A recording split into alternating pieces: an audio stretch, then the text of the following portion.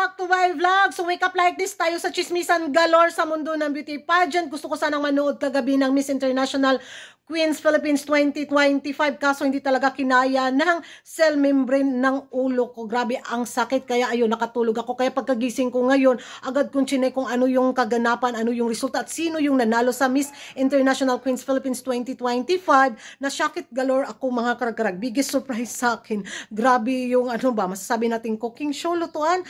Hindi naman dahil manok ko si Crick ha, pero kung pagbabasihan natin yung performance, yung sagot, ha, anyari. Biggest disappointment siya sa akin sa taon na to sa Miss International Queens 2020, Miss International Queens Philippines 2025, yung resulta nila. Dahil Miss Best in Evening Gown, Best in Swimsuit, tapos sa Q&A, pumalo talaga si Crick. Tapos ang ending binigay kay Patricia. Hindi naman ako basyo ni Patricia, pero kung matandaan natin yung mga pa-iskandalo nila noon, nung nanalo si Lars Pacheco, grabe yung bangayan, di ba?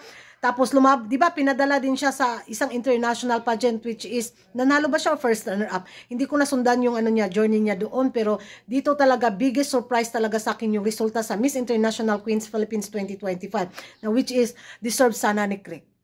Ang lakas kasi ng ano ba, lakas ng karisma ni Crick, sobrang ganda talaga niya. Tapos yung performance niya, yung sagot niya, halaka, oy, bakit binigay kay Patricia? Yan talaga yung malaking tanong ko. At gusto ko ng kasagutan, baka may alam kayo. Dahil kung pagbabasihan natin yung performance sa swimsuit, sa evening gown, pumalo talaga si Crick. Uy, tapos sa Q&A rin, ay ambot lang galore. Dahil kung hindi nyo napanood yung Q&A portion galore nila, nako, watch this. Don't you deserve the Miss International Queen Philippines crown tonight? Your 45 seconds begins now. Last night, we were given a chance, all of the candidates, to vote who we want to win and who we want to lose. And unfortunately, I got 11 votes that candidates don't want me to win. Maybe because they saw something in me.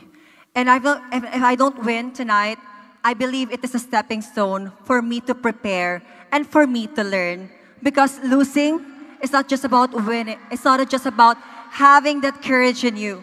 Losing is about learning. And I think if I will not win tonight, maybe because God has other plans for me. Good evening and kapun ka. Answer your question, all right? Your question goes like this. Why don't you deserve the Miss International Queen Philippines crown tonight? Once again, why don't you deserve the Miss International Queen Philippines crown tonight? Your 45 seconds begins now. If there's one reason why I don't deserve the Miss International Queen Philippines crown, it's just because I know that I am not able to compete in Pattaya, Thailand. It's just because I want to give the chance to others, especially for the young generation, just like the candidate number 48. She's now trying to build her dreams.